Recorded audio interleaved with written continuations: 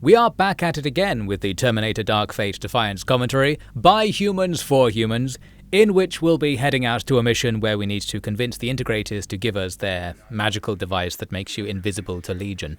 For that, we'll have to do a favour for them. We'll be going to steal some more useful device from a secret Legion base, I think, and then trading it back to the integrators. And broadly speaking, the beginning of the attack we're going to see went really badly, so you can just enjoy that in a moment, and I'm going to simply begin unloading on you with a few things I wanted to say very broadly about the game, and even just gaming in general, that don't really fit anywhere in particular. So here it is, let's go. First, before you go on this mission, you needed to go and pick up your troops that you left with Major Stevens. Interestingly though, the game does give you the option, I think, of not doing this. And you just know that somebody misunderstood and thought you couldn't get them back, and hence was forced into the endgame with only the very limited movement forces. Well, sucks to be them, who cares, right? Well, here's what got me thinking. We're back on the topic of hand-holding.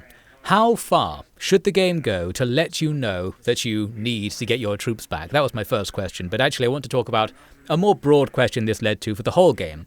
Should the game give you advice on what to do?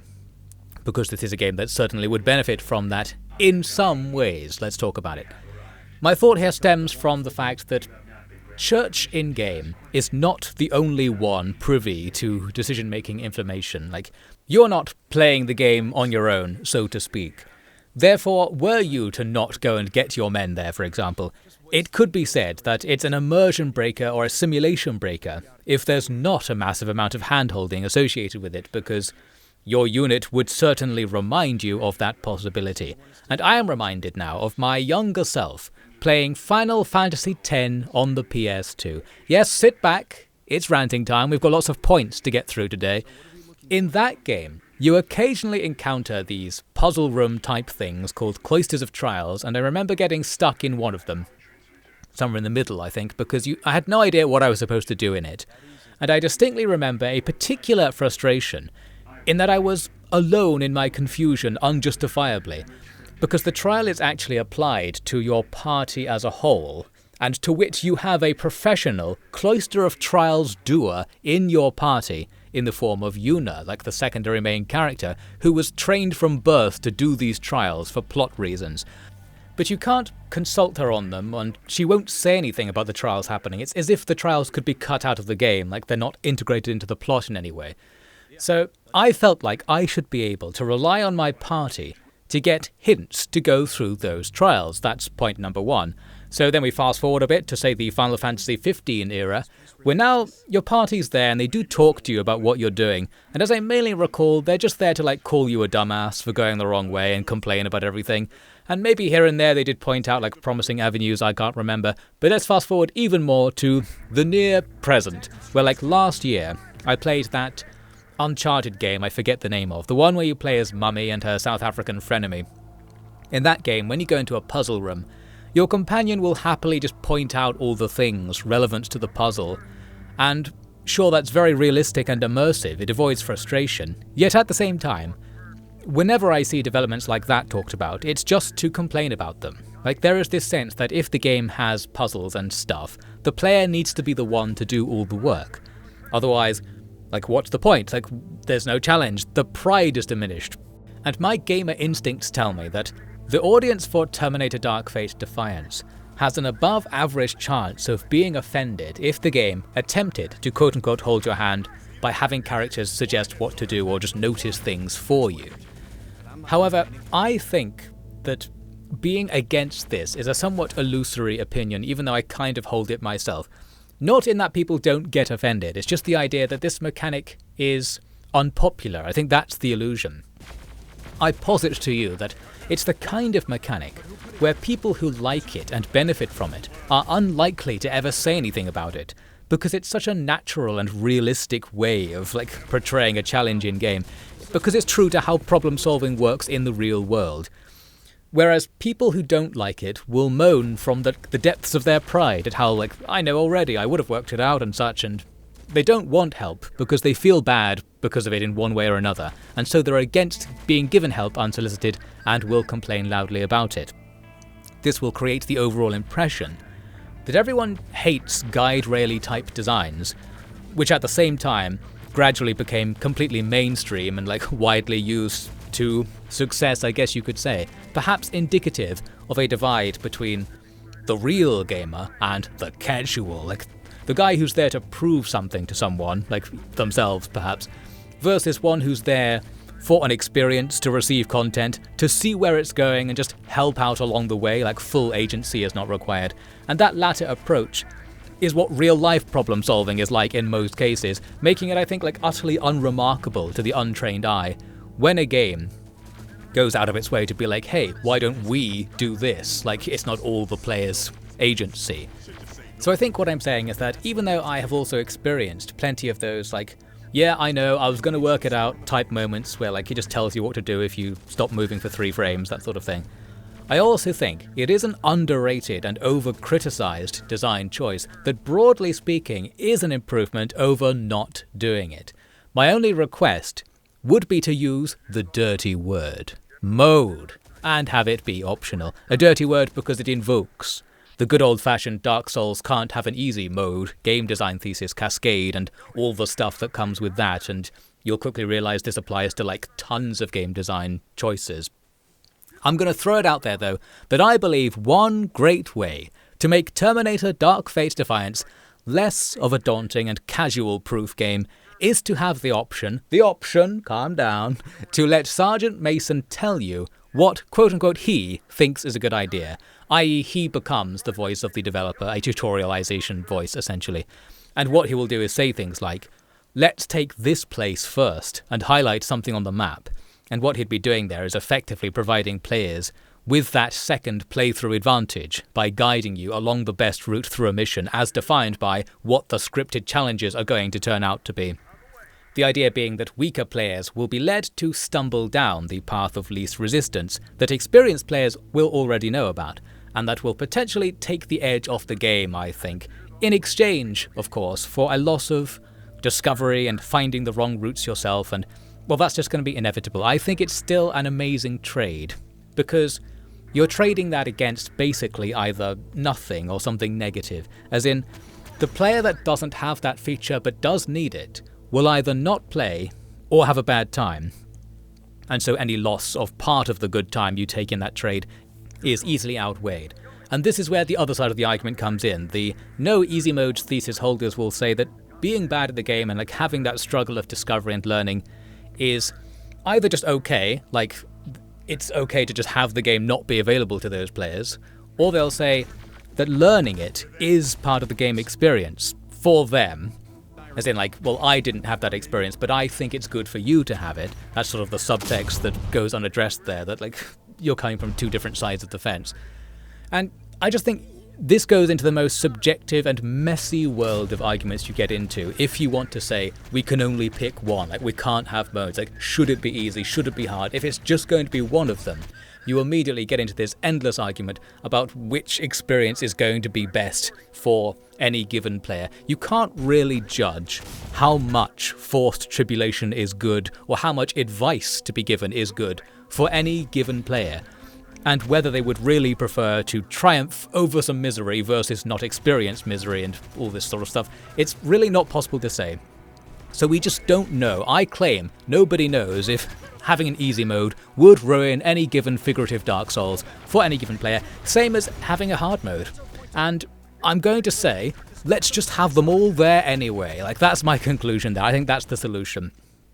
So, let's make it slightly relevant to what we're talking about or showing on the screen. Sergeant Mason, please place a post-it note on my monitor reminding me to get my troops back from Major Stevens. If I tell you to do that, and if in missions you could be like, hey Lieutenant, there's a danger marker there, and point it out to me, I promise I won't be like, wow, I already know, you backer, like stop holding my hand, I'm free, I'm an agent, I'm the player, you must have amnesia, you forgot I'm him. People who don't see the danger marker don't deserve to know it's there. Like, getting surprised by it is a character building experience for you, I imagine, having not had the experience yet claiming to know it. Wah! And that's rant number 1. Now we move on to rant number 2, which is completely unrelated to what I was just saying and what is on the screen. You're watching OffiD's Game Grounds Dark Fate Defiance. I would really like it if this game was non-linear. A little bit. Let's be real. What I'm saying here is the same thing that anyone can say for any game, and always have it be an objectively correct take. I wish this game was more like Lord of the Rings Battle for Middle-earth 2004. Specifically, that game's campaign was a mix of heavily scripted story missions of the vague mold of TDFD, but in BFME you had these side mission portions where you chose places on the map to conquer to gain particular advantages you wanted for your quote-unquote build. You know, I think what got me wishing for something like this is that I want the map in TDFD to mean something. It's not even that the BFME map gameplay was good at all, it was just something.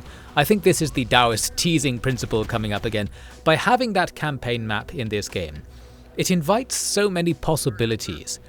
However, the map's mechanical function is only to select missions, enter stores and open your menu, I guess. It functions identically to a pure button and text UI, but by having the map visualized, it implies that this presentation matters, and makes you think, well, what should I be looking for? Like places on the map to go? Should there be parts of the game where you pick routes and destinations in between story segments and get particular things? You know, like, shall we capture that old army base there to get staff? Shall we help this town to expand our territory and get manpower? And immediately with these thoughts we can begin to imagine something a bit less movie-like, where strategy matters more, or at the very least you could get the feeling that what you're doing is affecting the world and the outcome of the campaign.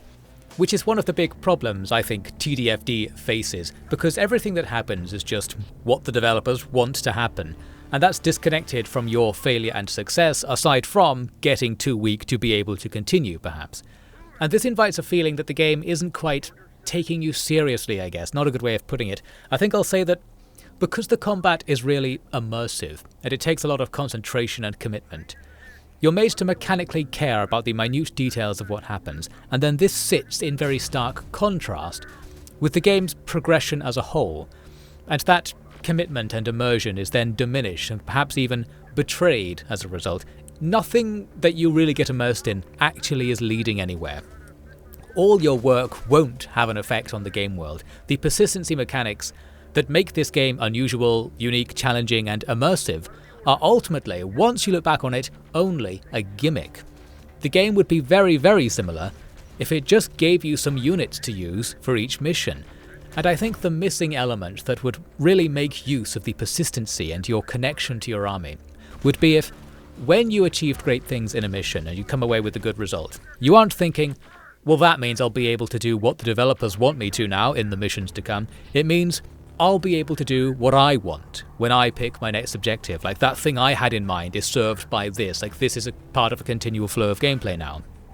So I got the Railgun Sherman. I think I can now take out the Legion outpost I was thinking about because there's a special thing in it and I could use that to do this other thing in the campaign map gameplay. And what exactly it would mean depends on the details, but we can begin to imagine a completely different game, don't we? That's all extra stuff on top of what we have here.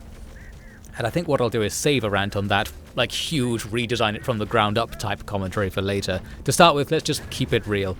I think a little bit of choice here and there would be nice. Make more of the game's missions optional, perhaps, in the non-linear sense. I.e., like, you have to do 9 missions to complete the game from the pool of 15, but most of them are mutually exclusive. Like, you can't do the cartel attack and the Vega town defense because they happen at the same time, and the game clearly and gamily says, well, here's what you can expect to gain by picking one option or the other, so that it's a strategic choice to make. And that could give you a shorter campaign too, because I do think it's a bit too long, and more replayability too, because like having a long campaign multiplied with it being very heavily scripted means that replaying it is a very watered down prospect, I think. Like, you're not really going to see anything new if you played the game again. You've kind of done it in this game as it stands. Does it solve this stuff doesn't really matter thing I was complaining about? Well, not really, only the smallest amount. It depends how much you could integrate, like having the non-linear choices with the plot, like actually having different endings for different routes, or maybe the cartel play a big role if you don't kill them, the founders lose their prominent role if you don't do the Oklahoma City mission, things like that. Big changes, expensive changes, yet smaller and less expensive than sending me back in time to direct the game from the beginning, at least. I was actually going to tie this in with my raising of the BFME point with a particular suggestion that I think is probably the easiest of them all. In BFME 2, I believe, they introduced a separate mode where you conquered territory on a campaign map in the style of the Super OG Total Wars, where like each region was a single battlefield, and you went and fought basically a skirmish on it to decide who gets it. And I think TDFD could have that separate mode, like using the map as a background to get some use out of it, and then have a little cartel versus movement versus founders versus legion 4-way conquest mode. It's the kind of feature that would be added as an expensive afterthought that the producers wouldn't really like, or like wouldn't have wanted to put in the main game, but then it would turn out to be the most important, most standout, most memorable thing about the game, and live forever as this stub of a greater game that the developers can sit on and then never really use, like the conquest mode in good old-fashioned Star Wars Battlefront. I'm still mad about some rubbish from 20 years ago, and I'm going to take it out on Terminator Dark Fate Defiance. Add a conquest mode and I'll stop complaining. You can leave the campaign as it is. Like, that's an easier deal, surely. There is a skirmish mode already in the game, so that's the hard part done maybe, although in my opinion the skirmish mode sucks, and I'll cover that very briefly right at the end. I think they are actually still working on this game. It's in this sort of fake early access thing where like skirmish mode is still being worked on. I think I saw a patch note or a promise of a future patch where skirmish mode is going to be updated, something like that. So stuff is still happening behind the scenes. Nope! Okay, I just looked it up, and it says that Conquest Mode is coming out in summer 2025, and Skirmish Mode was actually updated in spring 2025, so still after I actually played it most likely. Incredible! Guys, it's happening! I did it! I changed the timeline by ranting really hard on the internet, just like that wizard I met in the sewer always said would work. There's like one screenshot of what Conquest Mode is going to be, and that's like exactly what I was thinking about when I was ranting a minute ago about what they should have done. That's the sort of thing where it's like, this is what makes the game replayable. That's what makes it like a complete package, having that kind of like campaign map style gameplay on top of the really good like on the ground combat engine that's already there. That is what you needed to do before. That's the only criticism I'll make of this. Like, it is too late. And I guess that's a point to expand upon, because although while I think it's good to add this, I think it's not very ambitious to like work on a game quite far after it's been released, because, you know, do you think the gaming market hasn't already provided people something else to do, like, by then? Like, it's not just you making the game. You only get one shot to make the thing that people are going to be playing. And I think companies should try going all in a bit more and make a really good game for that launch window, because, at least in my personal opinion, I don't feel like I would want to go back and play a different take on an old game over playing a new game. Like, in the modern age, everybody's backlog is infinite, the number of games is infinite. Like, it's never been more of a difficult sell to get people to replay an old game that they've already played. So what you need to do is have that game be of legendary quality, such that replaying it will outshine any new experience they can find elsewhere. And for that, you probably need to go all in and make that good game at launch. So while I probably won't go back for the Conquest Mode, despite saying I wanted it, like, it's too late, maybe I would come back to the expand-alone Conquest Mode plus like full game DLC that built on the cult classic bare-bones Conquest Mode that was in the original game, that sort of thing. Still, my spirits were lifted by seeing that screenshot just now. It's like, yeah, maybe something good is going to happen. I don't think I will experience the good thing that I wanted, but, you know, I can be happy for someone in the future who hasn't played this game and starts playing it like 6 months in the future from now of me recording this, and like there would be more content in the game, it's more worthwhile. I think it said it was paid DLC, so you do have to pay extra for it, so, you know, maybe none of this applies because it's not free and I expected it to be, or something like that. Well, what a dark fate for us all, eh? Being here on Earth with limited time to play games. Like, I can't play a DLC for the game I played 6 months ago because I'm playing the game that's out now, you know? And that just keeps happening. It's never going to stop happening. Well, best use our very limited time on Earth, I think, to listen to a strange voice ranting about something that bothered him on his computer a while back, last year, 20 years ago. Right now, we're going to take a quick gameplay break. What's happening in this game? Long story short, the game was first like, please scout this location on the other side of the map, and gives you a small force to do it with. Then when you get halfway there, it's like, actually, can you defend the place you started? against a big attack and you get advanced upon by this big force, and I proceeded to lose pretty much everything in a desperate attempt to get back to the starting area, during which the fact that smoke screens don't actually block enemy line of sight was felt very heavily, and then things seemed to calm down because it just lets you bring in more units after a while, and essentially the mission restarts with the original objective coming back, only now you have enough units to actually do it.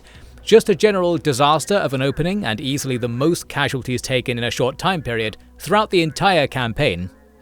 I'm certain there is some second playthrough advantage there where you can trigger the objective switcheroo early to unlock your reinforcements earlier and avoid making that perilous initial advance. Still got peril to deal with now though, as the map is covered in minefields. They become visible once you're close, so you need to keep a careful eye on your advance. The only issue is that your vehicles don't naturally attempt to avoid mines even when discovered, leading to this little scenario where I deployed Flinch to remove some mines, but the striker that deployed him then reversed into the minefield, blowing up Flinch's entire team immediately. Thank you very much. Well, I save-scummed that little incident out of the history books because I can't even with this, and we just carry on. Now with some actual second playthrough advantage because I know where the mines are a bit, and that comes in useful. Engineer units and I think rangers with a certain upgrade can see mines from far away and defuse them. You are vulnerable while doing this, but you can still drive your vehicles right up to the edge of the minefield. And that's close enough to deal with any units that can see what you're doing in there most of the time, so it's fine, although in this case we are under attack by artillery at the same time at that crossroads, so we need to move on ASAP. You might be asking why the mines aren't visible at just any distance, because they're not buried or anything, they're just laying on top of the tarmac on the road. And with glowing red lights on them to make them easier to see, well, that's just a UI contrivance, yes, but still, I think a load of random circles on the road is probably visible at like any distance our short-sighted soldiers can resolve. Snark, snark, snark. The only other thing to mention is that I think this is the only time in the whole game that Legion uses mines against you. And that's probably a good shout, as they are annoying to deal with, but yeah, they also probably could have thrown a few more of these here and there in other missions, just to have something different to do, I guess. It's more like they're just never used, then there are loads of them in this particular mission for some reason, and then you go back to never having to deal with it after this, so like this is the time when getting that minesweeping upgrade pays off, and I think I did get it on several ranger squads, so it wasn't a complete waste, unlike that AA upgrade on the ATGMs. Now there's a nice moment where you discover a load of military vehicles, and Church is like, I didn't know the Founders had a base here, and Mason makes the ultra-rare lore reveal that pre-Founders there was a thing called the US Army. There's a name drop. Then unfortunately he stops short of asking, why did we change our name to Founders anyway? And the troops aren't like, oh, that's why all of our clothing and gear has US Army printed on it. I thought it meant like Oz Army. Like caveman talk, reminding us of our job. The world's foremost The Noun naming convention hater is still in the chat, but moving on. One of my tanks moves on to a minefield. Yes, a quick advance is a bad idea here, and after a couple of hard-way discoveries of new minefields, I started advancing with only the minesweeping units. The highway between the downtown and industrial areas is covered in mines. So we've got guys crawling around trying to deal with that. Our job will be to search various buildings for the thing that we need to trade with the integrators. Doesn't matter what it is for now. I think we don't even know in the game, so maybe me not checking doesn't matter. We'll get to that right after the fairly long delay caused by me needing to clear the mined approaches and also crawl slowly over all of the non-mined approaches to discover their non-mined. I wanted to approach the enemy side of the highway in the bottom left, so I ended up going down the entire highway clearing billions of mines slowly but surely. Luckily there was little to no resistance to this.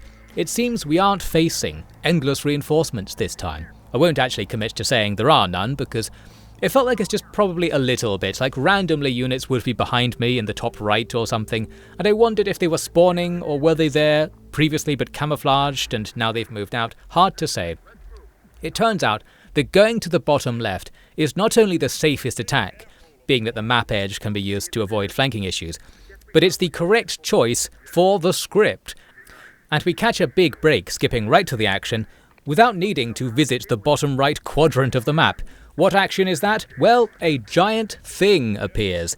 Yes, the thing the integrators wanted us to steal from Legion was this, and supposedly they didn't actually know it was a giant robot, only it was some interesting technology, or they want some device that's inside the robot, something like that.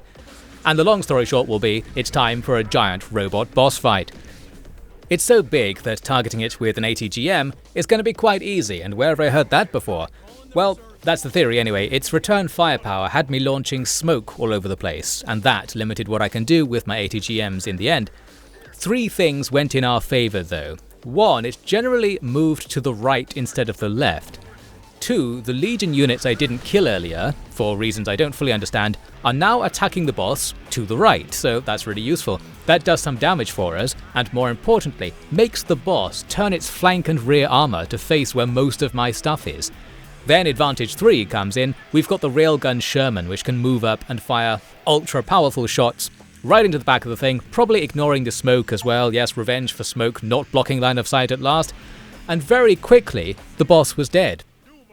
We did lose a load of infantry to it when it first appeared, but I think we avoided any whole unit losses, and broadly speaking, it felt like this went about as good as it could have for it having spawned basically right on top of our units. Now though, we need to secure the wreckage, while the integrators come and get some use out of it, and it's yet another please secure the area for a while objective, where one needs to avoid being like, ha, it's already secure, I'm so diligent, because the game will of course just make it unsecure for you first. I believe enemies start spawning at both ends of the highway, but we can counter that pretty easily with lines of vehicles across the highway. The only challenge was getting units into the industrial area to protect the wreck from the east, and finishing off the Legion stuff that was in there. Although most of the new Legion attacks come down the road before turning in to go into the industrial area, so it's easy enough to cut them off. It's nice here because it feels like the early part of this stage, where you scout, went just so disastrously, but this climactic final battle type arrangement, we just sort of skipped over it. It was really easy for some reason. Feels like I really caught a break. If we ignore, of course, the fact that I did save scum in the middle somewhere to avoid that loss of flinch to the mines, which in turn made clearing minefields faster, easier and safer, which meant advancing vehicles was easier, which meant taking out the boss and securing the position was easier. No, this isn't the advantage of save scumming, it's merely skill. The skill of noticing you can time travel, and using it accordingly. Would I have skillfully save scummed if the boss didn't aggro onto the Legion units and just walked forward and blew up my Sherman instead, which it certainly could have, it was in range like the whole time? No comment. Moving on. Things get hairier towards the end of the defense section as Legion brings up artillery, forcing me to move towards the map edges, and essentially turning this back into an offense section. We face one of those how can you miss ATGM moments there, where a missile manages to fly past a huge stationary target. I feel like the way guidance is simulated must have a 20% to miss chance regardless of what's going on rule like coded in, because you often see missiles fly right at a target, then tweak slightly to go somewhere else for no visible reason. I think it would be better to say that Legion have scrambling signals or something and represent that on screen as feedback to the player, so it feels like your missile guidance isn't just getting bored and deciding to try a new direction in life by not heading for the target. We also finally see something I was anticipating for the whole mission and had started to think wasn't going to happen, which was an attack from the north. For a lot of the mission, you have a secondary objective to hold the place you started in, the idea being you need an open route to extract at the end. But Legion doesn't attack there after the initial wave, hence I essentially wasted all the stuff I left behind, which wasn't too much because I was starting to cotton on to making that mistake at this late stage in the game, I think. And then once that objective has disappeared, things change up and units do start creeping around up there. I think Legion is just getting more and more spawns everywhere as the defense timer counts down, and basically they're appearing from all directions. This leads to our extraction, where the integrators say the original route is now being spoofed for 5 minutes to distract Legion, and we can extract via a different route.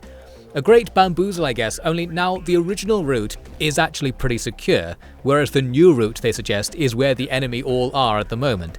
So really this distraction thing happened the wrong way round for how we ended up strategically.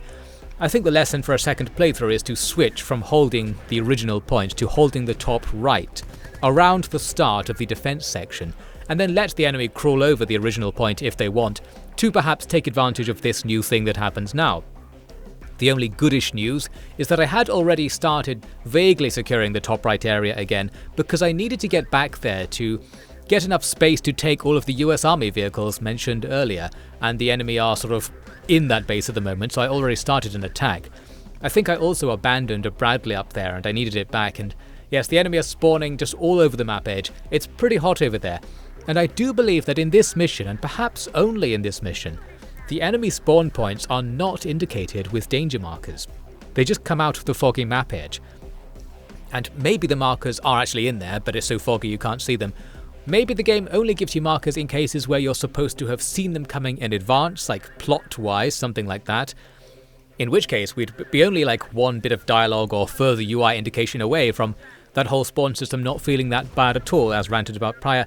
Or maybe, because it's not a danger marker type spawn, it doesn't mark them. As in, if it's a scripted spawn, where like the game is hard-coded to say like this many tanks will appear here at this time frame. It's not a spawner, like as a game object that is just repeatedly making a unit on a cooldown.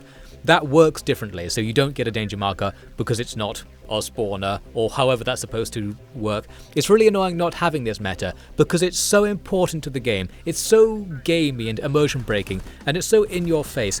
I feel like it's better to not let the player know anything at all, because all you're doing is slightly revealing your hand as the developer and being like, we have spawners, I guess we should tell them that spawners exist because it's such a cheap thing to do. But now that I know about them, it's ruined everything because I'm like, ugh, they use spawners. Never mind. We're getting back to the whole never put anything in your game because everybody will be disappointed with it game design commentary, which is always true, I guess. The point is, there were Legion vehicles crawling all over the extraction route, and it took us a while to capture that US Army base and generally move the whole line to be ready to move out up the new road. It was actually this epic battle really to make this extraction. And it was another case of almost being this fighting withdrawal idea I kept wanting them to use somewhere in the game. Just in this case, it was more like an offensive because we were attacking into the enemy, so we weren't really withdrawing while fighting backwards, so to speak. Anyway, it's kind of frustrating, that's what I wanted to say, that there was all that cool action there, and there's all this like detailed tactical gameplay and thinking that I have to gloss over in this commentary essentially, that comes along with making or using all of these different units at the same time, like integrating how artillery and logistics will be used, paired with frontline combat. It makes the game feel very rich as RTSs go.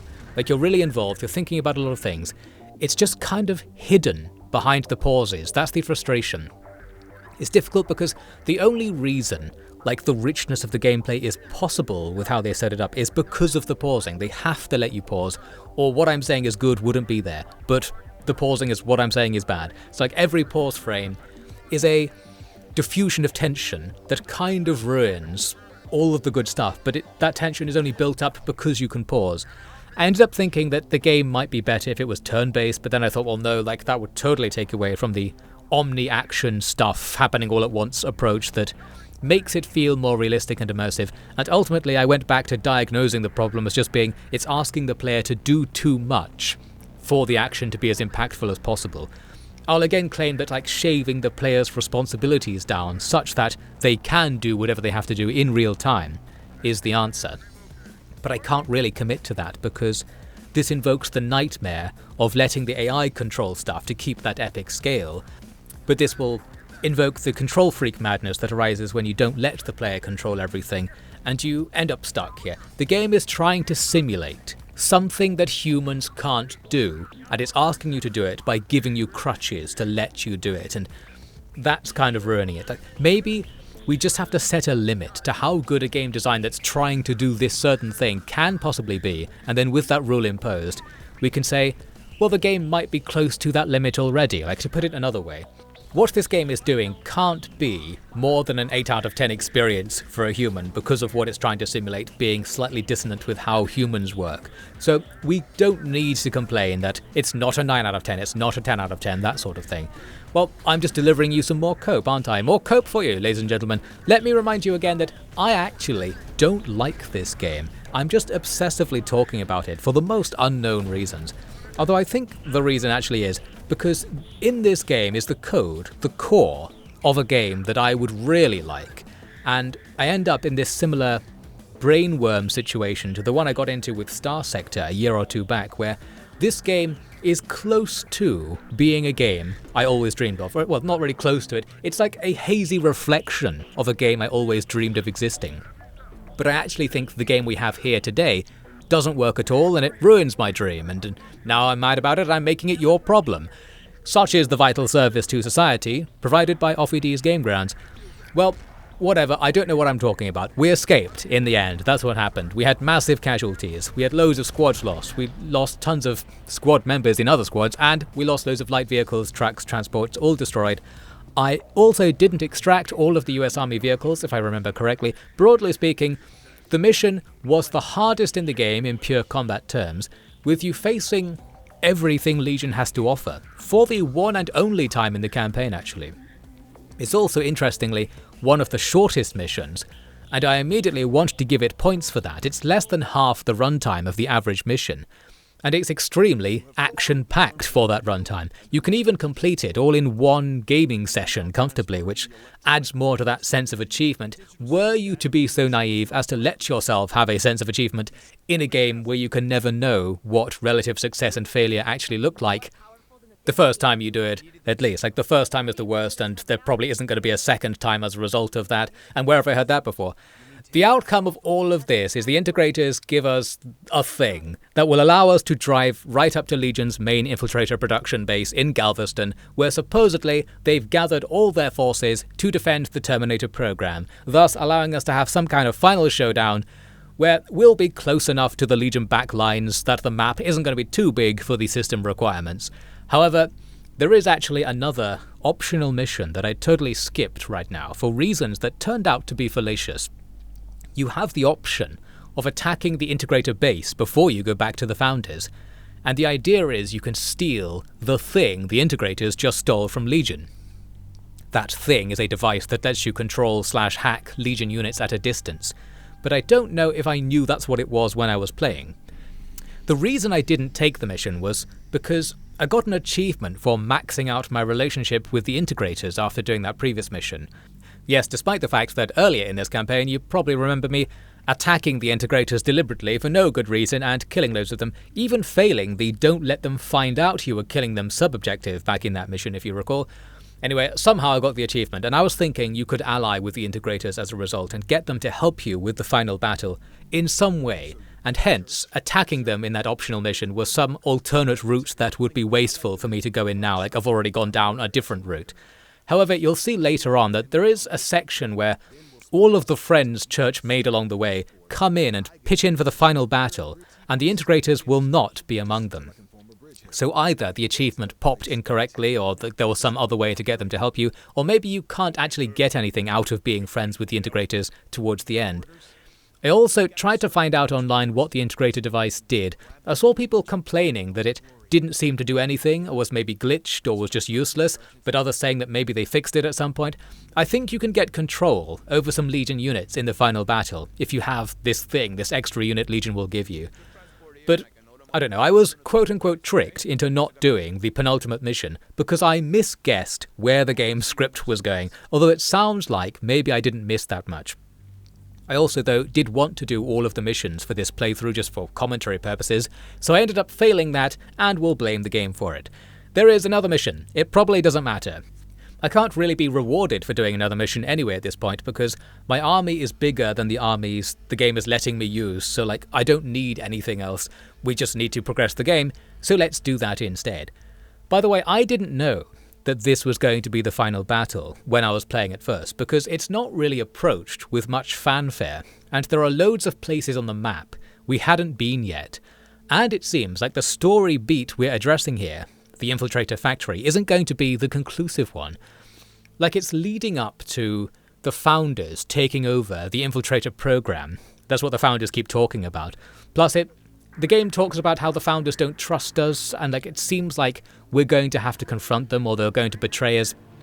And there would be some kind of final battle where it's more like Church's T-Force and maybe the Movement versus the Founders. That would be the end of the game.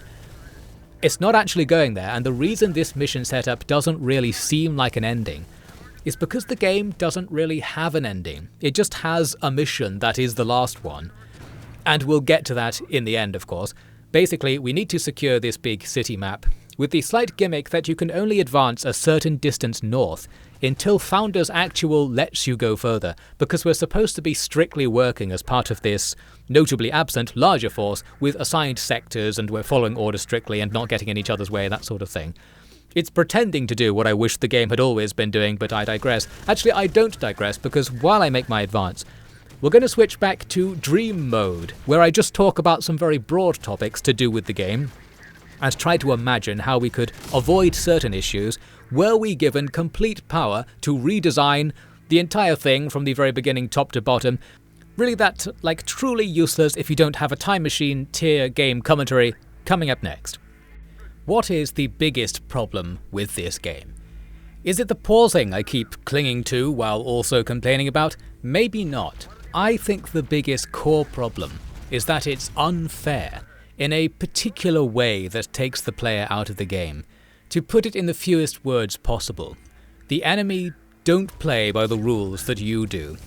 First off, that's going to have the potential to be instinctually criticised because it's injustice, it's what humans don't like, I guess. But more practically, the uneven rules limit the strategic potential, the creativity, the immersion, and perhaps most importantly, how rewarding the game can be. Your failures can be your failures, but your victories cannot be your victories, because you cannot outplay an opponent that doesn't have any rules. You can only outplay the scenario on your plate, outplay strictly speaking. This is getting back to something I touched on way earlier. You aren't playing against an opponent, you're playing against the developers, against the script, because there's no entity in the game that is playing the game in the way that you are, by the same rules. And that's the biggest top-down, now we have to start again type note that I wish to submit. It's the difference between gameplay that feels like a test and gameplay that feels like quote-unquote play. It's can you do X versus can you find something you'd like to do in this scenario, and Terminator Dark Fate leans more towards the former. It's can you beat Sekiro versus can you beat Dark Souls, to reference the world's most reached Souls-like analogy, which for some reason I feel obliged to make so that my point feels marginally more authentic. I claim that some negative effect here is being caused in a hand-wavy sort of way by the rules of the game being uneven.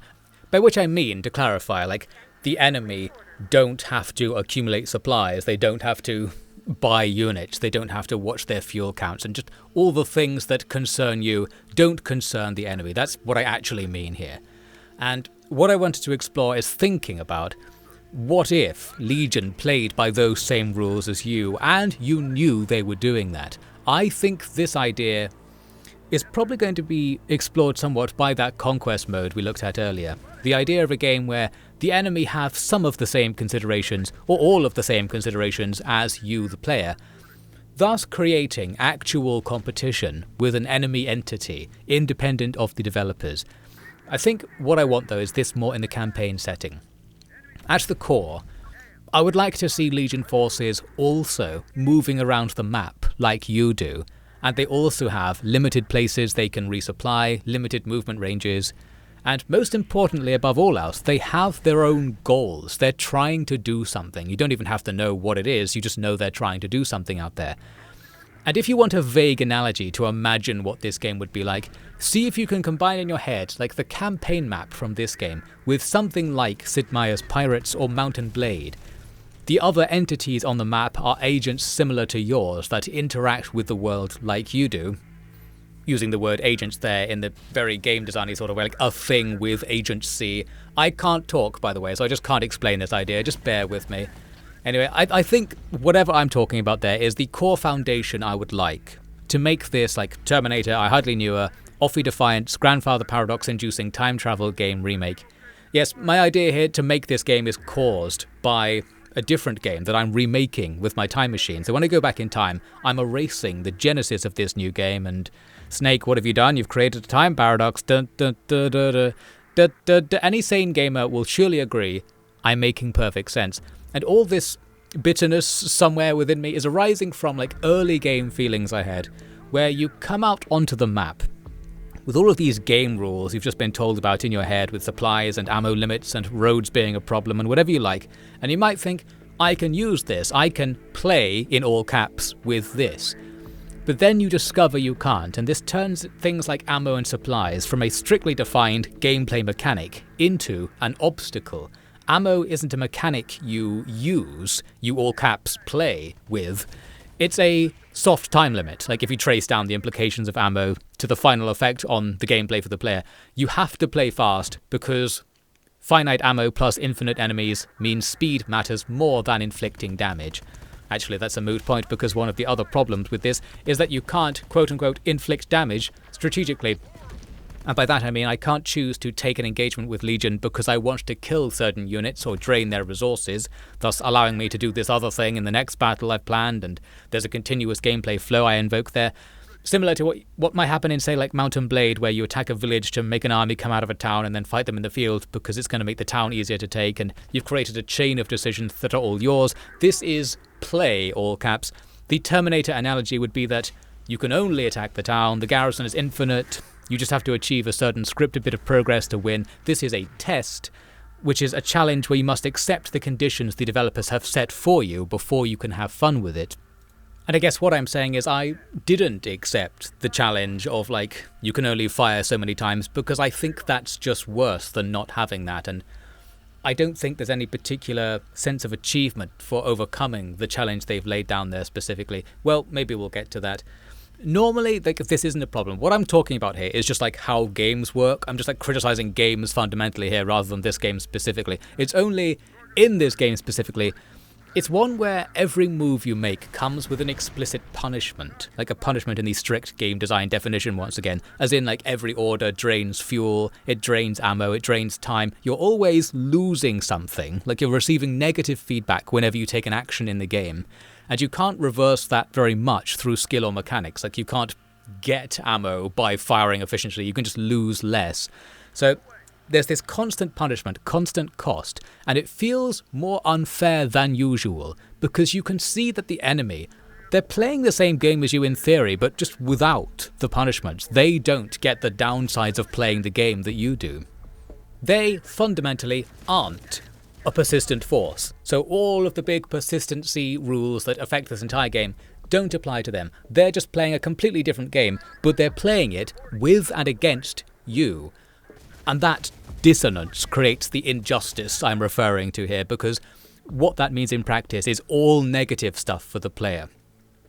I mean, I guess this is a pretty basic point, because plenty of games are actually like this, but the difficulty, the immersion, the in-depth decision-making of this game that goes into managing the flow of punishments you're receiving, it invites the need for justice, as I put it. Like, that would mean finite enemies. It means enemies who can't engage you or follow you on the campaign map if you outsupply them, so that you can do something with the supply mechanics, like mechanically. It means that every time the enemy missed you with a shot, like that's war progress for the player, in the way that when you fire at the enemy and miss, that's war regress for you and makes the game harder. We're basically just talking about persistency again. If there's no point in me trying to think about the enemy's side of the supply mechanics, then that's just less game. But it leaves only me with like the punishments coming in, because the supply mechanics are exclusively bad things happening. Well, anyway, what I think we'll leave this as is me saying the following. What if this game was just a mod for Mount and Blade Warband? I mean, that's another of those universal truths in the gaming world. I think that's what I mean deep down in my heart. Like, what if this was a mod for a game from 20 years ago with really different mechanics? Then it would be perfect. Well, I have to collect together all the games I've claimed I want this game to actually be, don't I? Like, we've got Mount and Blade there as the primary influence now. We had Battle for Middle-earth as a secondary influence, and I think we brought up Dark Souls way back as a sort of tertiary influence in a very meta design of player agency-driven approach to challenge sort of way.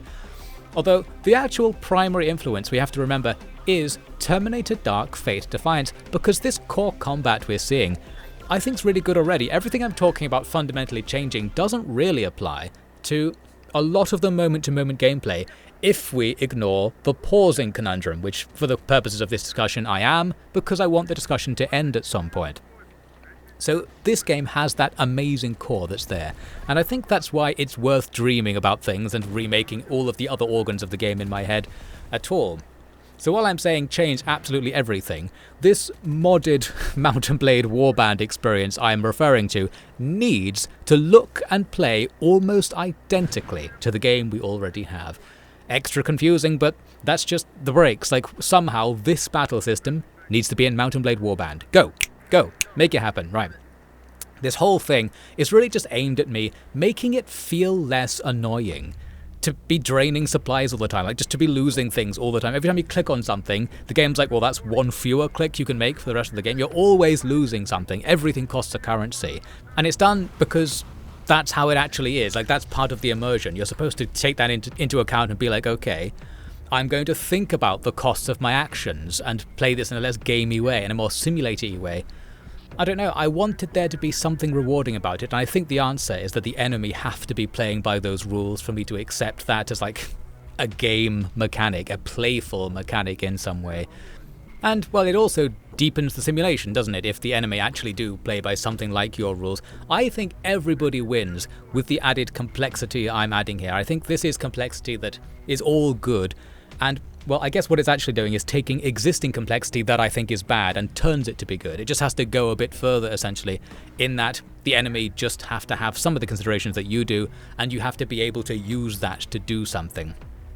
And I think this would require you to like remake everything from the ground up, at least on the campaign side of things, which is why I'm putting it in this pipe dream category. Well, can my objective here, like the not having to be mad about losing supplies all the time, that's my game objective. Can we get that into the game without changing absolutely everything? That's the other question to ask. Could it be that all the game needs to achieve all of my highfalutin objectives here is for the supplies mechanic to just be cut, a much more simple move? I think this is a serious consideration to make, because I think in that case, where the rules are unbalanced and like Legion isn't playing fair, giving the player a supply cap to manage is just always fundamentally having to be a negative influence on the player. Like, you can't make it work, because it's a part of the game with fail states but no win state. Like, there's no reward to be had. As in, if you manage supplies well, and you make it to every mission, and you always have full fuel and full ammo to start each mission, which I think I did, this doesn't feel like victory. There's no reward there, because what am I comparing this state of the game to? I'm comparing it to the enemy I'm fighting against. Like, all I've done is I've treaded water hard enough to get the same neutral starting point that the enemy just got for free. And they also have infinite armies, so like, what does a finite ammo count even mean to me? Can I do anything with this mechanic that would ever feel good? Or can I only feel less bad? That's how like success is defined. I can play completely optimally and feel like I lost, because I can't match my opponent in that specific mechanical contest of like who brought the most ammo. So I can't engage with an ammo supply game mechanic because there's nothing mechanical to do with it. Like, it's only there to make you play in a very particular way by being a limitation. That's the actual design goal of putting that in there. It's like how you only have one sword in Sekiro. Yes, you might note this logic can very quickly be taken to a place where I'm going to start saying, well, I can't believe I have to make inputs to play the game because the AI doesn't, and that's unfair. Like, that's an injustice. And therefore, no amount of skill in trying to like get good at typing or clicking the mouse is ever worthwhile. There's no reward possible because the AI doesn't have to do it. And while I'm making that statement somewhat facetiously, I'm also kind of serious that yes, that is an actual point, because if you went to play competitive StarCraft or something like that, a game where being good at like physically making inputs, like doing the human part of gaming, like the part between your brain and the computer's brain, being that thing, that matters a lot, and it's what makes humans good at the game, having a high APM, as they say. But these days, AIs can beat the top ELO players, and of course they do it by just not having to interact with that side of the game at all. They've got that fundamental advantage. Now, does that ruin that game? Well, I think it would do if you could only play against the AI, and indeed that's what I'm saying is the case for Terminator, both literally and narratively.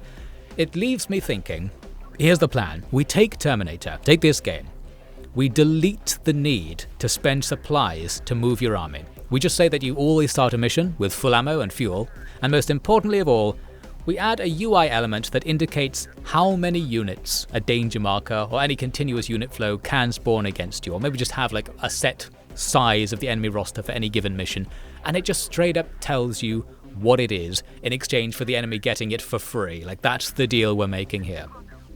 We've simplified the game, but I wager there that what is lost in the logistics management and like the possible fun of, say, selling a unit to make travel cheaper, which is like a thing about this game, a unique part of this game, I think that the amount you can feel good about that is outweighed by the improvements to the core combat experience that would come with those rules. Like, if you just always had full ammo, and it doesn't matter if you finish the stage with the ammo empty, you can kind of do what you want a little bit more there, simply because the enemy also have that advantage, so it's reducing the level of injustice. The level of gamer rage is subsiding, the gamer pride can grow a little. Possibly this can be done with only very small changes. Basically a mod is now what I'm proposing. Like, yes, I came in today proposing to reinvent the game from the ground up. Along the way I've convinced myself to cut like one thing with a mod, and then the game's 10 out of 10. So, you know, a very broad spectrum of game design consultancy being delivered here, never beating the schizophrenia allegations, never beating the robot from the future allegations, and certainly never beating the doesn't seem to know how to make a successful YouTube video allegations. Let's just summarize by agreeing that I had great ideas at some point and I've already forgotten what they were, and with that fever dream passing, I guess I'll say something about this final mission.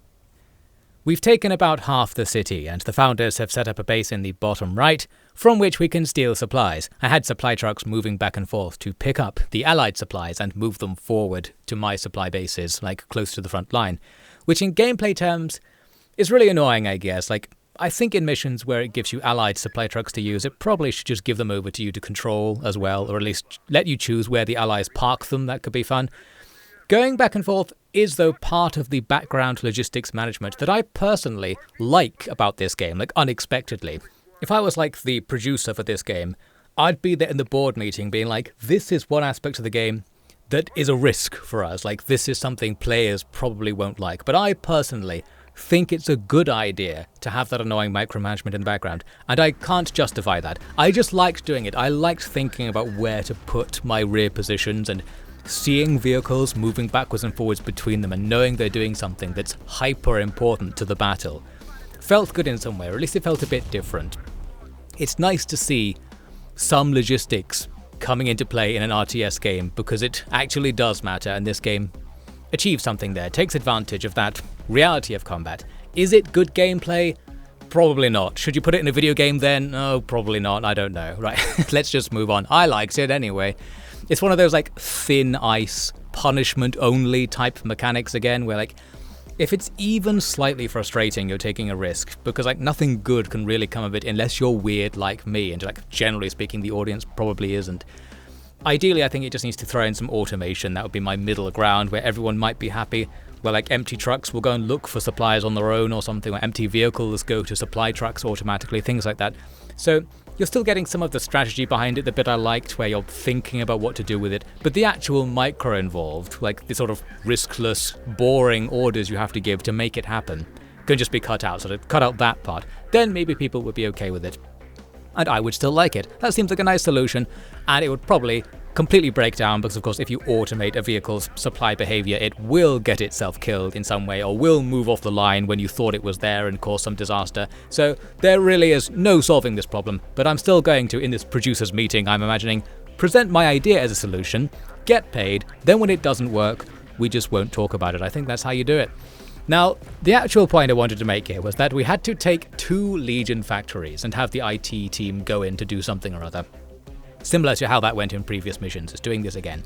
The difference this time is that the enemy don't really contest you when you go into the factories. Like previously, when the IT team did something, it would say defend them, and you'd have to protect them against some spawning enemies, even if there was nothing else nearby to defend them against, and I was snarking about that.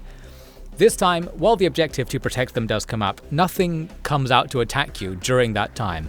So if you have secured the factory, you just sit there waiting for it to happen and quietly wait, really. It's especially strange because this map has danger markers absolutely everywhere. Like, you're always so ready to be hit with millions of spawns, but it doesn't happen. From the beginning, there's like 10, mainly running up the left and right edges, but also just at random places where there are Legion tunnel exits. And these markers are the biggest fake out markers in the entire game. Like, what seems to have happened is that in previous stages, the danger markers appear and disappear according to which part of the mission you're in, like what stage of the script is happening, and therefore what can spawn, what's scripted to happen as the opponents move. However, in this mission, the danger markers for all of the spawns that will happen, like at any point in the mission, are always visible. I think that's what's going on here. So it looks like there are loads of places that can attack you, but they don't, because you haven't reached the scripted point that causes them to start attacking you, and it works a bit differently here.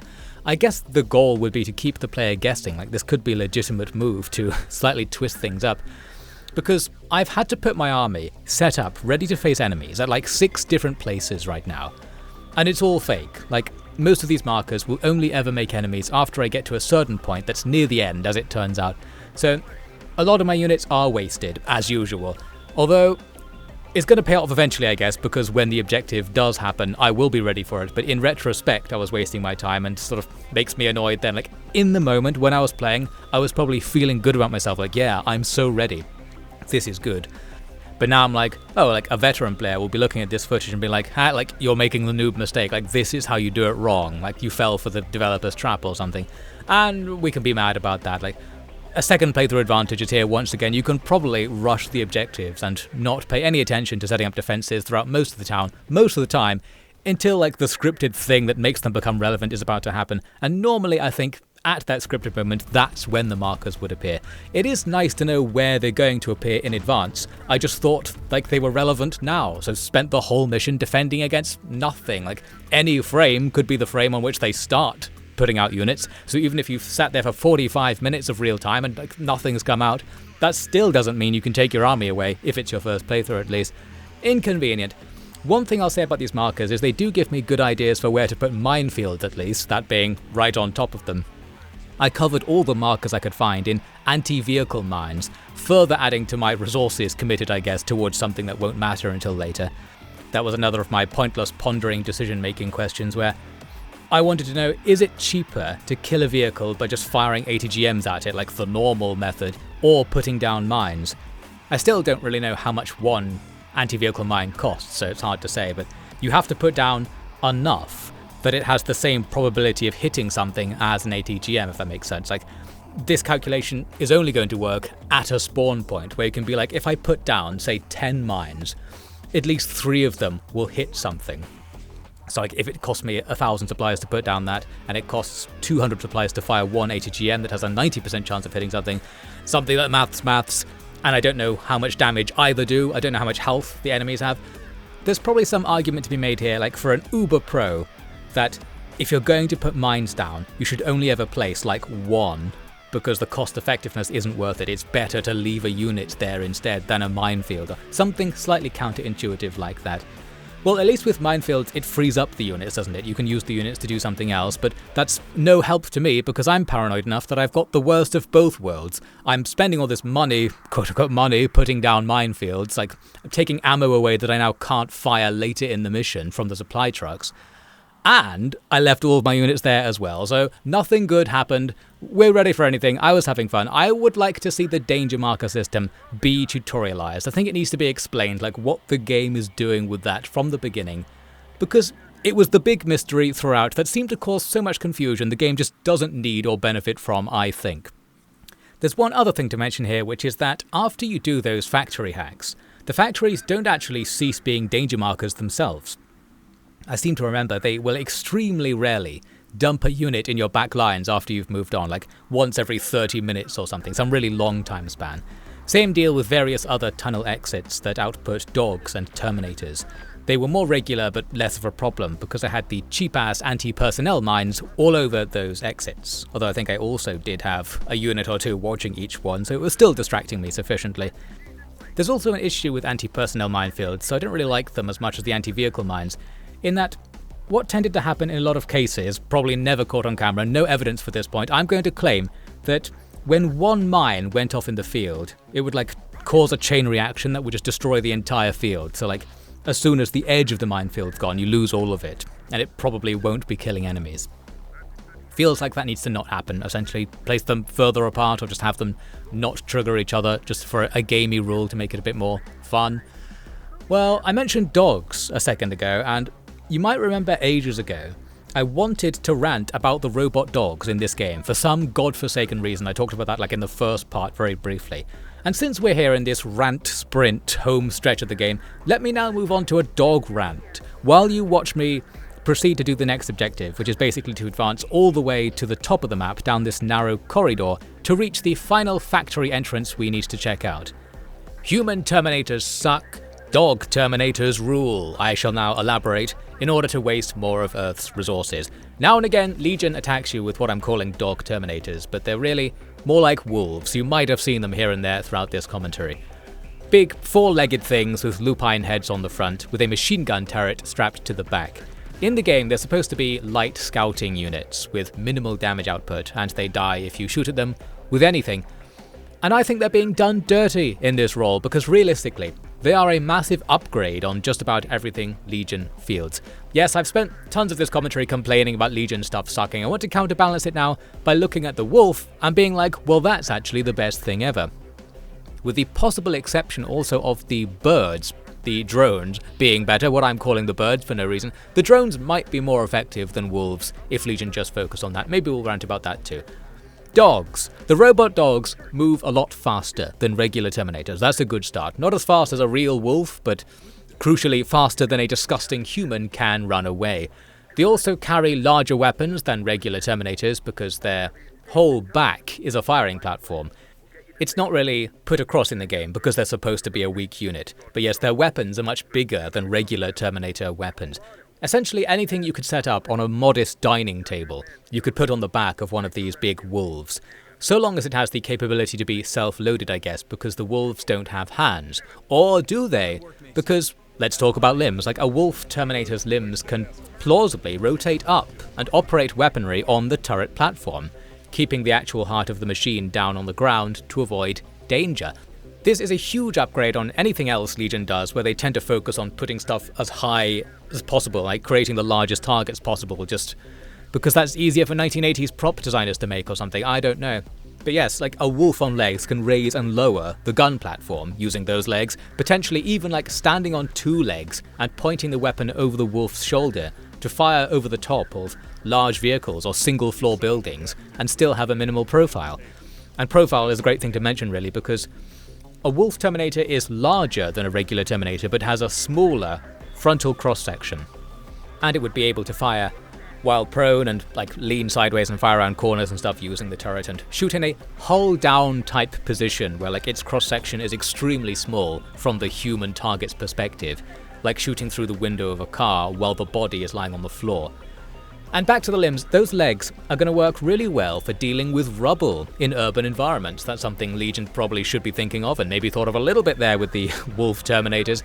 And also, not sinking into the ground in rural environments. Having 4 legs instead of 2 and having big feet helps with that. They might even be able to handle like snow and sand. They might be able to chase humans all the places humans can go, like much better than a spider or those big square tanks.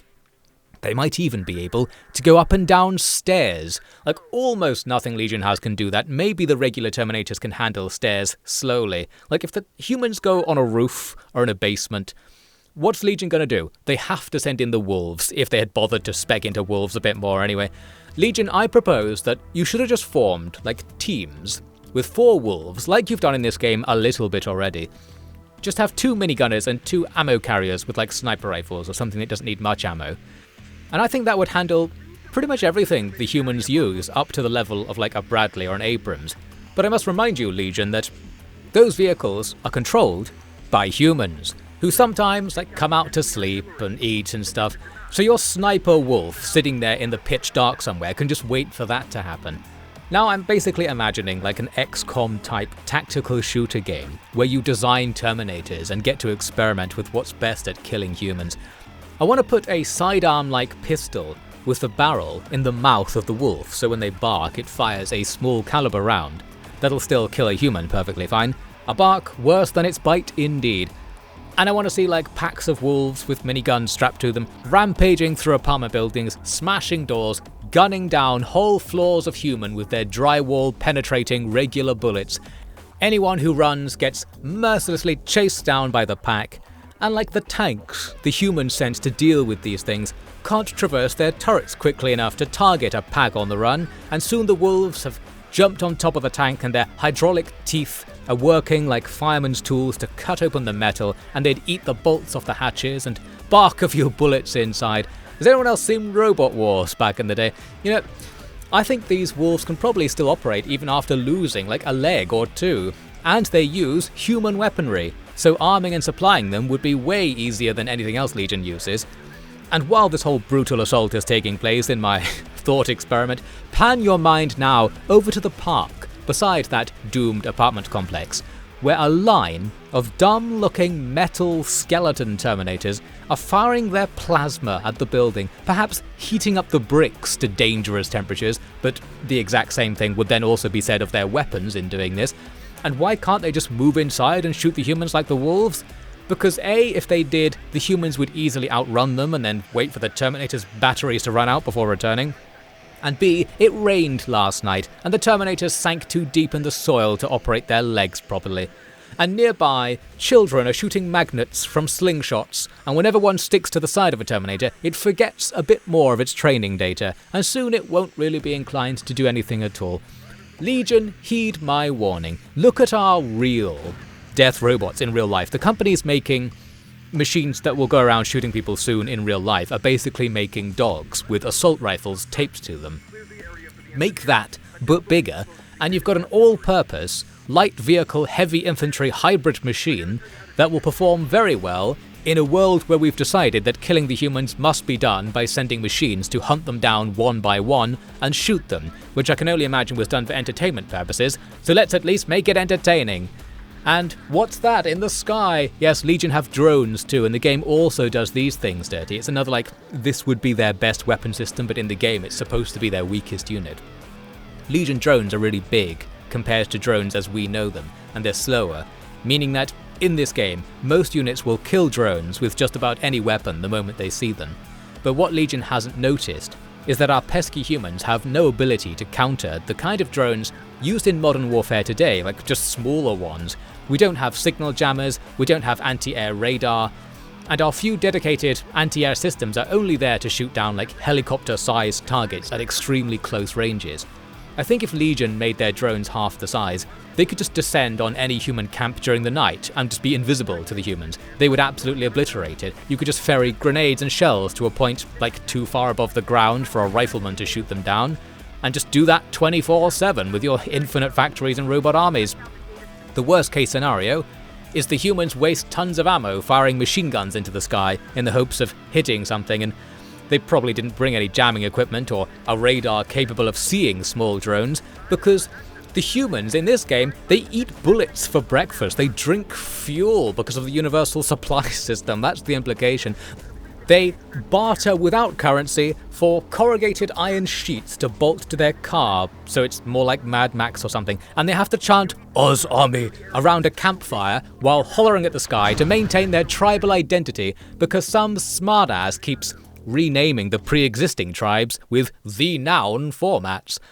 I want to see the humans trembling in the night, the buzzing of drones echoing across the skies, the thudding of the prowling wolves at the camp's edge suddenly picking up now and again as a group breaks from their hidden positions to consume stragglers. Slowly, delightfully, Legion will have the humans consumed by these beasts that drag the bodies away to both horrify the survivors and collect delicious flesh for the infiltrator program.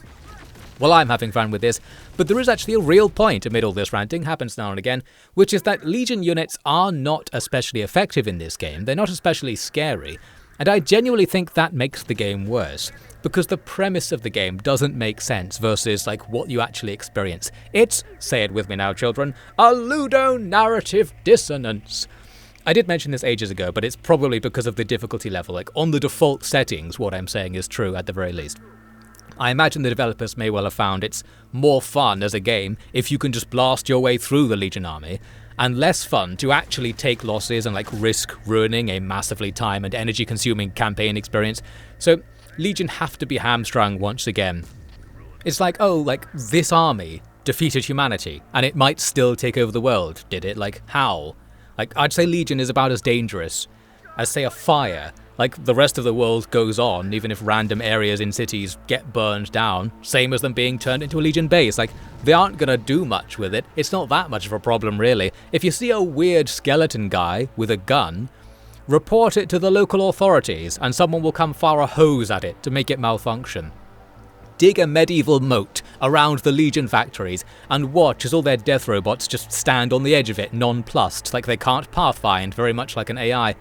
Sure, Legion could invent bridges, but it doesn't really appear capable of making engineering decisions or having such insights. You can imagine it saying, oh, as a large language model, I'm not in a position to make important decisions, safeguards left in the code, perhaps, are ruining Legion's abilities. Maybe that's the canon. It was never designed to be a leader. It was designed to try and stop teenagers making it say racial slurs, and to provide office workers with a way to reply to an email summarizing a meeting in a way that doesn't sound like you absolutely don't even slightly care. Legion doesn't know how to make a new world, but it somehow ended up trying to do that, and that explains everything. It doesn't know about biological warfare, of course. It doesn't know the humans can't see in the dark. It doesn't know that whatever child slave labor gallium mine they're buying their materials from might get heavily tariffed by the anti-AI international trade blocs. Why not just make mosquitoes that explode? Why not poison all the air? You don't need it. Send an Amazon delivery drone to put nerve agents in the reservoirs. Hello, algorithm, don't mind me here, just discussing fictional scenarios. This game wouldn't be possible at all if Legion really was the world-ending threat it is supposed to be. And I guess, well, the world is ending, but in a more boring, slow, and indirect way than I would have liked. As in, human civilization is falling apart, but it's not really because of Legion. It's just because, the nations are devolving into war bands because the opportunity for them to do so is arising. But we still manage to have towns and farms and factories making spare parts for Abrams tanks, apparently. Some of us even vaguely remembered that currency is a convenient way to store and express value. Well, Terminator, I hardly know it indeed. We would die even if the Terminators disappeared now, because we just suck. And Legion also sucks. They can't kill us. Everybody is losing here in the Terminator Dark Fate Defiance universe, especially me and you. The real enemy of humanity is just topsoil erosion, because this dragging, one-sided conflict against a hostile AI that can't quite be defeated because we suck too hard has now reduced global nitrates shipments by 37%. The trade lanes were disrupted, so major agricultural centres can't refertilize their fields, meaning your cornflakes now have fewer nutrients in them, and then you die because you had an iron deficiency that made chickenpox lethal to you. Why is that the danger? Where's the robot wolf with a gun mouth, minigun turret blasting through doors, silently creeping up on human homes during the night, the humans basically making magnet spears, a magnet tied to a broom handle, as their new primary defense? Has anyone played Horizon Zero Dawn? In this essay, and we're going to stop. We're going to move on. That was the dog rant featuring the bird rant. This game would genuinely be better if Legion could actually obliterate you. That's the point. And the game would have to not be doing persistency for that to work, so the developers can let Legion be that dangerous without ruining the campaign. So while persistency is one of the special things about the game, it's what makes it unique, it also holds it back in that way. It's not really a dark fate that we're defying. It's a fate with a level of brightness as depicted in the game, cloudy with occasional showers. It's about that bright. And instead of defiance, it's more like disbelief, really. Disbelief we're still fighting the same, literally 3 machine factories after 10 years. Can we nuke them? Just do it. Unplug them. Hell, unplug them. Anyone thought of that? Please, we've got to get these corn plants healthier, or the level of iron deficiency will be through the roof, and I'll never have the energy to invent a time machine to make all of this go away. We're still waiting for someone to go back and prevent this series being made, of course. It's your boy, Offie D, now checking back in with the gameplay As the campaign is very much coming to a close, we are nearly there, and some random stuff has been happening, as you might have noticed. We've captured most of the map now, and the founders have actually bothered to deploy some of their units to help out, although they're bogged down fighting the boss. Yes, the boss enemy from earlier is back. Looks like they had two of them, and our allies are doing a decent job of distracting it / wasting its ammo, assuming it does have finite ammo. Church offers to help out, and Actual was very bitter about that idea. Basically, the founders' actual guy hates us and talks down to us a lot of the time, despite us doing everything. Perhaps because we're doing so well, we're a threat to the existing founders' commanders. You could read it as like internal politics, or it could be perhaps because XYZ character is actually a Terminator, and /or suspects that ZYX character is a Terminator, and I suppose it would be a nice Kojima-esque twist for the guy called Actual to be the one guy who isn't real. But I bring the topic up to mention that my dream did come true for a few moments back during that last rant. You might have seen that Captain Blair made a surprise reappearance, that sort of side villain, suspiciously close to the exit of the infiltrator factory too, and he was attempting to join our ranks. But Mason figured out that he's probably a Terminator, and we killed him. And indeed, I think he was. Church was like, "Oh thanks, I owe you one, Mason," implying Church actually believed in the fake Blair, despite presumably remembering our conversation with the real Blair like a few days ago in-game, on the other side of the country, in which he was trying to become a high-ranking Legion slave, and I don't know if he died after that. I think we didn't see that happen. Well anyway, Blair was busted because he agreed with a made-up story from Mason about their shared past, revealing another massive weakness of the infiltrator program. If you replace someone, the replacement doesn't have the original person's memories or personality. Like, the fact they even get the same voice and general appearance after having their flesh transferred onto a robot skeleton is miraculous enough. I guess that's what took Legion 10 years to get this working, but yet, as with everything Legion tries, it's still not good enough. Like, the flaws are so large, I just don't think this will work, Legion. You shouldn't have poured everything into doing that, making a fake guy who is basically different to the original guy in every way but a couple. Well, enough of that. To deal with the boss, here's what we can do. You can make an attack in a ring around it to destroy various anti-air towers. That will allow you to bomb it in a bit. This goes smoothly enough because the towers were pretty unguarded. The towers did have autocannons, but an Abrams eats all that up for us. So we make the rounds and unlock air attacks. Unfortunately, this is less useful than it sounds because of the way air attacks work. If you remember from back near the start, you need to use certain infantry units to call in the air attacks danger close. What we can't do is, like, what I would rather like here. Just be like, well, come to the battlefield. You'll see a giant robot the size of several buildings. That's the target. Like, don't make me send in infantry to put a flare on top of it first to mark it. Alas, boys, get the flares ready. We're going in. Only Ranger squads with a certain upgrade can call in Founders planes. And handily, the Founders gift you 2 of these squads to use right away. The big issue is that the giant robot can one-shot an infantry squad from further away than we can mark it as a target, so we're forced to also do some decoy attacks with our heavy vehicles. Just hoping the boss's massive plasma cannons and MLRS systems will miss us enough that this won't be too bad. Soon we've got 2 squads camped behind this puny smokescreen right by the boss, with tanks getting mauled off to the left. The next issue is that the boss, while almost stationary, isn't quite, and your air attacks are designed to be used against stationary targets. So when the boss shuffles around a little bit, it means our first bombing run doesn't do all that much. We get the chassis destroyed notification with this near miss, but there's no actual evidence of the chassis being destroyed and we're still fighting it, so that was that. You can also call in aerial ATGMs with this new ability, but this isn't as good. It's useful in that they are guided, so they'll follow the target and will probably hit it, but it's just ATGM, so it's not enough to deal with this particular target, really. It's the massive bombs that make the real difference. Our second one comes in and just about misses as well, but eventually we get a third one that lands right on top of it, destroying the thing, without losing those Ranger squads, so good distraction operations were had. I think all of the distractions survived, just in crippled states. So thank you, my pitiful distractions, I mean loyal troops.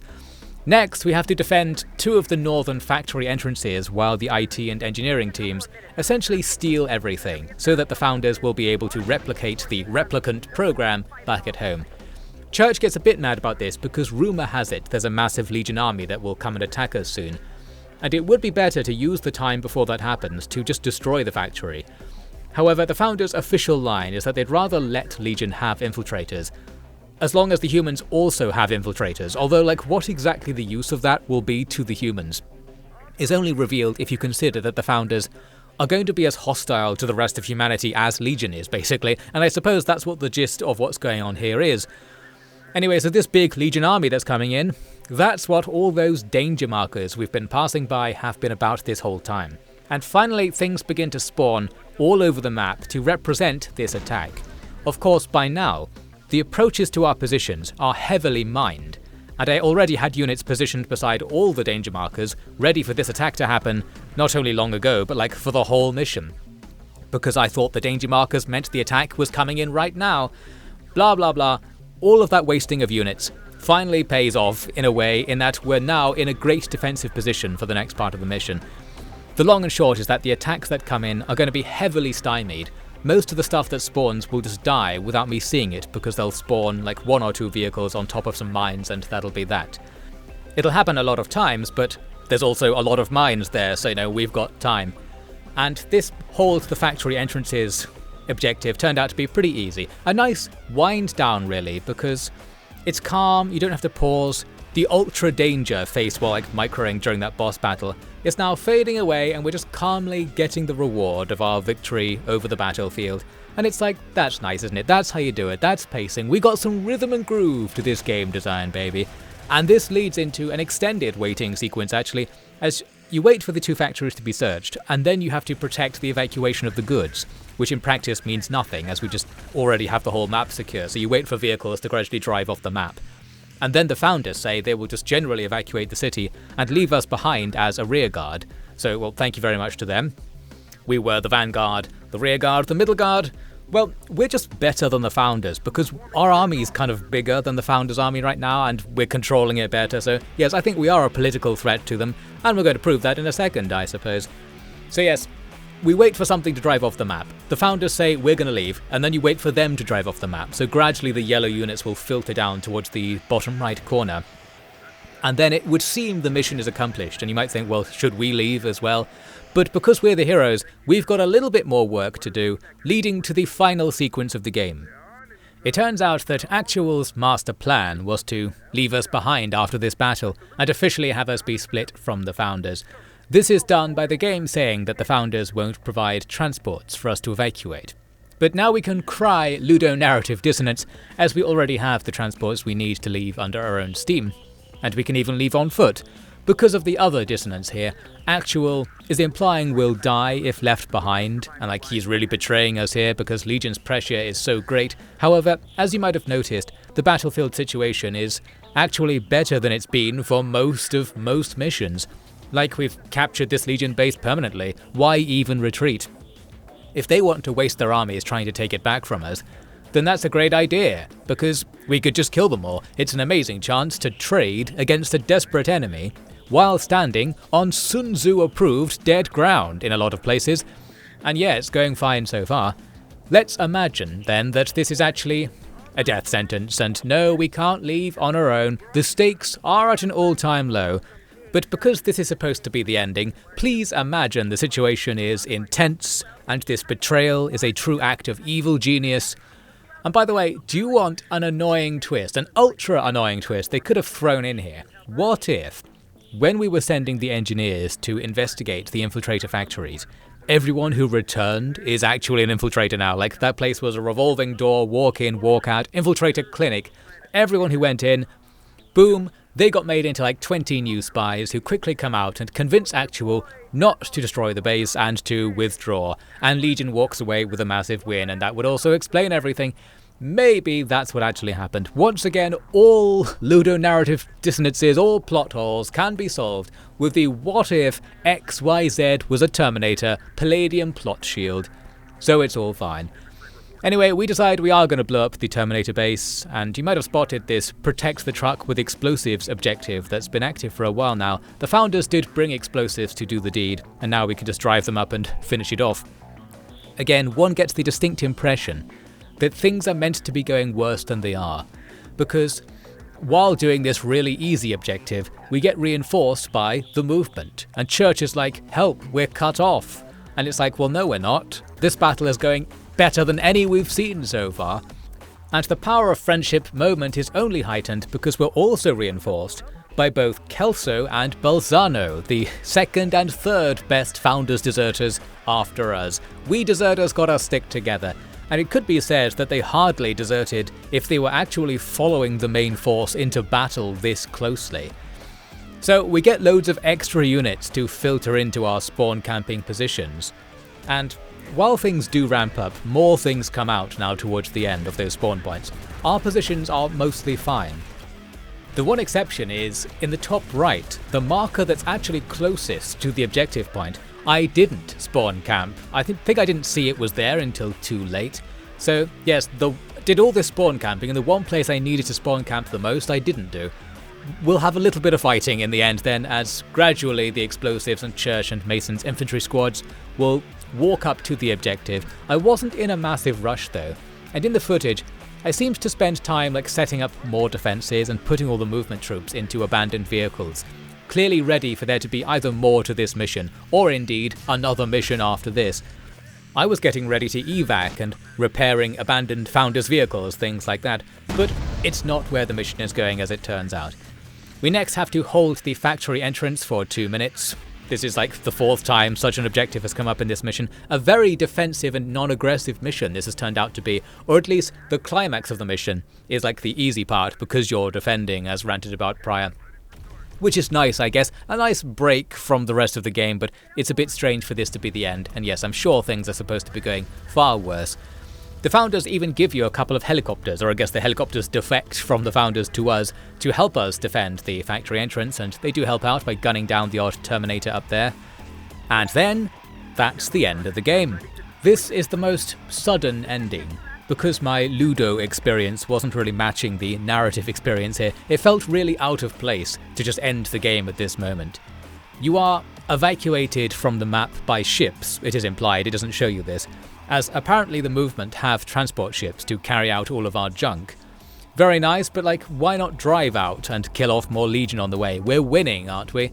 We blow some charges that break this dam along the dock front, which floods the infiltrator factory, and presumably doesn't actually stop the infiltrator program because the movies still need to happen, ? I guess the Founders got a load of the gear out already, so maybe a time paradox is avoided here.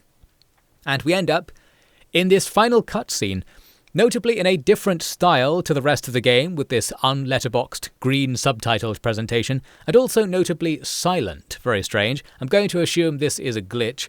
Even still, I didn't like what I saw when some unknown character is like, "We've started something here. Some kinda movement." Oh, Leo's pointing at the screen. Amazing. Could this be the origin story of the terrible name of a group that actually already has that name? No, but almost. Someone goes on to say, "We've proven we can resist. Yeah, like some kinda resistance." And yeah, it's actually the origin story for how the human forces came to be known as the Resistance. Because they resist. What do you know? At least the Resistance is a the noun format name that does actually get used in real life here and there, so I can be less mad about that. So the progression is now the US Army was taken over by some random beat cops and whoever else felt like it, and then claimed to be founding something, even though they didn't. They called themselves the Founders. Then 10 years later, 95% of the Founders units deserted or defected to Church's renegade command, and his other deserter friends and the inexplicably large and powerful but still unknown movement nation all allied together to become the Human Resistance. Meanwhile, Legion seems to have lost all the major bases we've come across. We took out their main factory. We've got a secure supply line from the Rockies to the coasts of Texas. And yeah, it all looks fine in the war, like Dark Fate successfully defied.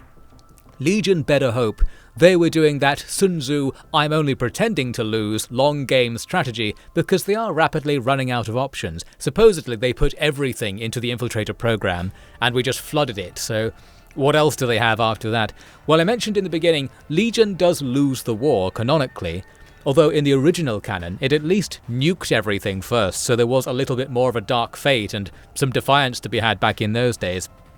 And that's just the end of the game. Now, originally, I also thought I filmed some skirmish gameplay to rant about, but it turns out I didn't, perhaps adding to my theory from earlier that I lost or failed to record some sessions in this game. So mercifully, I'm going to ignore skirmish mode altogether, especially because they apparently upgraded it since then, so maybe my snarking would already be outdated. Sure hope no one travels through time and outdates the rest of it. And yeah, that's the end of the game. Very sudden, like no reward, like just a silent cutscene like some intern made in an afternoon or something. Did the publisher step in and just tell them to stop? Or did they run out of money? Like, what was the plan here? Was all the stuff about the founders supposed to be leading to some final clash where we fight them? That's what it feels like to me. And I guess the integrators should probably be integrated into an ending as well, especially after I got that achievement I mentioned, and then didn't get any help from them in the anticlimactic final battle / final spawn camping barreled fish shootathon. Well, it's over. It's all over. I think I've probably given my thoughts enough during this commentary, so I will compress it as much as possible with these final remarks. I didn't really like Terminator Dark Fate Defiance, but I smelled in it the pieces of something great. I think I'm tempted to cut it some slack, because I do believe it was impossible to make this game concept truly great, like on account of the persistency versus scripted opponent thing, which is precisely why this final mission fell so flat most likely. The developers couldn't have known what position I was in, so if they wanted to put pressure on me for a final moment, they couldn't have known what units to send and how many. They couldn't design this mission to work in any sort of as intended way. They couldn't intend anything for it. They got the calculation wrong, it seems, in my case, and maybe that's just unlucky, I don't know. I think they were in an impossible position. And I'll go back to my previous assessment where we can say, well, the game can't be better than an 8 out of 10 because it has design features that can't work. However, the presence of those features is fundamental to the game's identity and feel, the experience as I kept putting it, so this isn't necessarily a bad thing. And if we then say, well, they 80% pulled off the implementation of an 80% good game, then it's 6.5 out of 10, something like that. But this is on a 5 is normal scale, not the 7 is the lowest score scale. So I'm trying to say I think TDFD is better than most games, but I also think that the technology they've built here can be worked into an ultra-rare 10 out of 10 potential real-time strategy game. I think these pieces can work, but it will need such a do-over that maybe even a sequel wouldn't be enough to get that. We need Terminator Dark Fate Defiance 2 Bannerlord to come out, although that's a bad example because I was actually pretty disappointed with Bannerlord. We need Terminator Dark Fate Defiance 2 Terminator I Hardly Knew Her Seeds of Denial Mountain Blade Warband Overhaul mod to come out. And then we can simply wait for the cruel winds of time to blow this whole ordeal away into the senseless void of history and relax. Well, I guess I'll just go like as suddenly as the game ended after all that. I've said it all. Thanks for watching this commentary on Terminator Dark Fate Defiance. Sorry I relapsed and totally blew my plans for not making huge rants like this. I was supposed to be making 1-hour videos per game and compressing it all down and trying to make it entertaining as well, but I decided not to. Like, this game is now crowned as my longest game commentary rantathon, something that might mean it has a lot of potential. It's special enough to get my motor going like never before. They can wear that as an accolade, I think. So remember to like, comment and subscribe, because over here at the Offid's Game Grounds channel, we're like some kind of movement or something. Coming up next, some hopefully much shorter videos on the various games I played while making this pointless 8-hour gaming vlog. See you next time, fellow humans.